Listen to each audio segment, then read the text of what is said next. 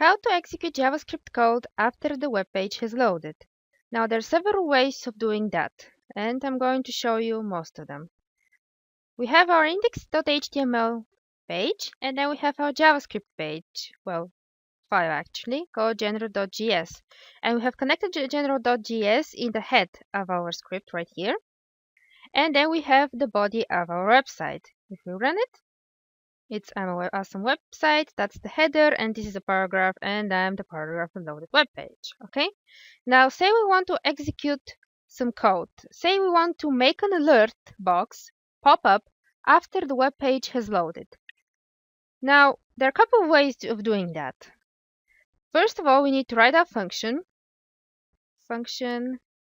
alert me, okay? And let's say alert, this is an alert, okay? Okay, now we save, and the first way of doing so, let's see what happens if we run this code without making any modifications and to whether choosing the time frame of running. So let's save and let's load the page again. Okay. It doesn't work. Oh yes, we haven't called the function yet. Okay. Let's code in the body of general.js and let's run the page again. Okay, so as you can see, we have the alert box. However, the alert box is executed before the page is loaded, and this is not something we want. As you can see, there's no writings here because the page is not loaded yet. The only thing that is loaded from the page is the head of the document, which is why the script is being run, and which is why we have the title here, because since the script is beneath the title, then the title is displayed. But anything beneath the script has not run, and in this case, it's not being displayed. Now, we don't want to do that. And if you click OK, the website has loaded. So, let's fix this. The most primitive way of doing that is using the onload attribute in the body tag, like this. Body onload equals, and then in the quotation marks we write the name of the function. In this case, the name of our function is alert me, so we write alert me parentheses and a semicolon. Okay, as you can see now, the JavaScript code has run after the page load, which is obvious because we have the writings of the page and then we have the alert box. And in the before example, it was the other way around. We didn't have any writings on the screen, but we did have the alert box. That means it worked. Okay? However, this is a bad way of doing this. Why? Because most web pages now, like 99.99%, are executed with PHP. And one of the nice things about PHP is that PHP has include and require functions, which allows you to include the header of your website in every single page. And you don't need to, for example, the header of the website is usually up to the navigation. And up to the navigation, it is where the head is, the body, and then you may have the nav tag, and you have the navigation here. This is usually the header. Some people want to separate the header from the navigation, but that doesn't matter because the header always contains the head tag. And in the head tag is where our function is and our JavaScript file. So since this is the case, imagine if you have 50 functions and you want them to be executed on page load. And if you use PHP's includes or required, then that would make it impossible to require them every single time in the body, since they're required automatically. So you would have to stop using them and writing them in every single file, and this will just be a waste of time. So also another reason is it is not a good practice to include JavaScript in the tags of HTML, because the current state of the web, you have 3 languages for front-end development. You have HTML, you have CSS, you have JavaScript. HTML is the structure, CSS is the coloring and to make a website pretty, And then JavaScript is the dynamicity of the website.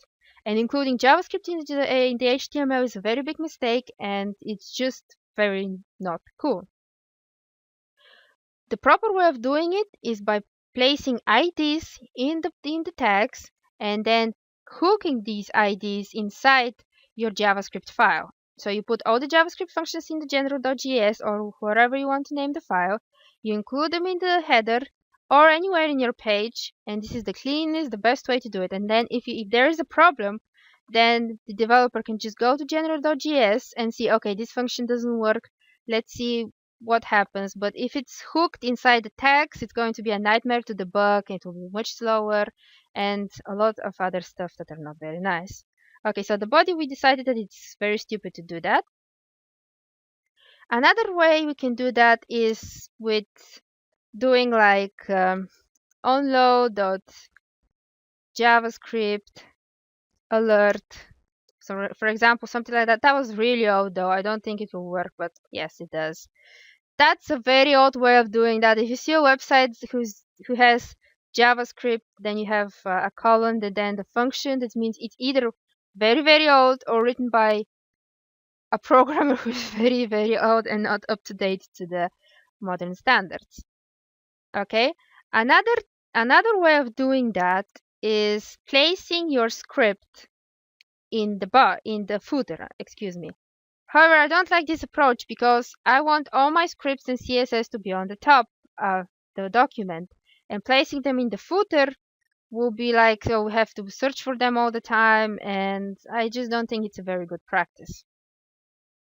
So after we excluded these two methods, there's also my favorite method, and it's like this.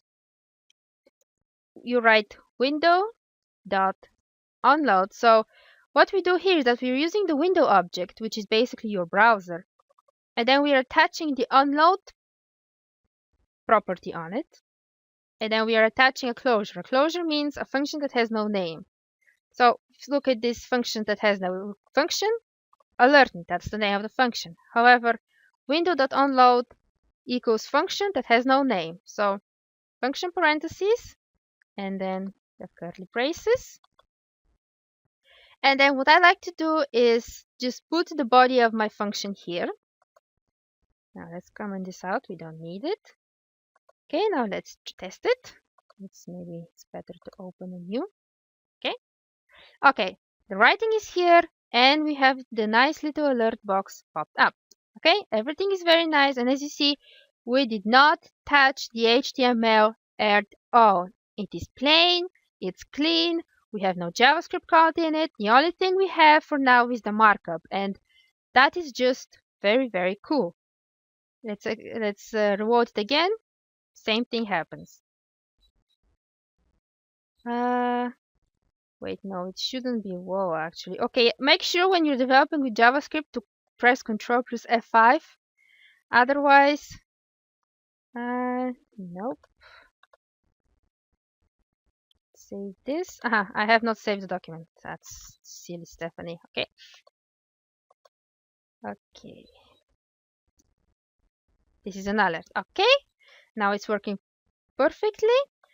So, window.onload equals function, and then you write the body and you can do anything. Like usually what I'm using window.onload is for fetching the values of HTML tags that I'm going to need to use later.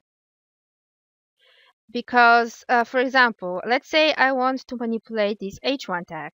So I hook it with an ID, for example. The tag, which is a very stupid ID. Don't use that ID, it's very stupid. Usually your ID names should tell the user what they're going to be used, like ID profile or ID phone number. You know, be as explicit as possible, it's the best way. And don't worry about typing, you know. You might type a little more characters, but this is the best way to write. So ID the tag, and let's say I want to change the text of the h1 with I'm an awesome website with I am just a website, okay? Now, one way of doing that is, let's just comment it out for a minute.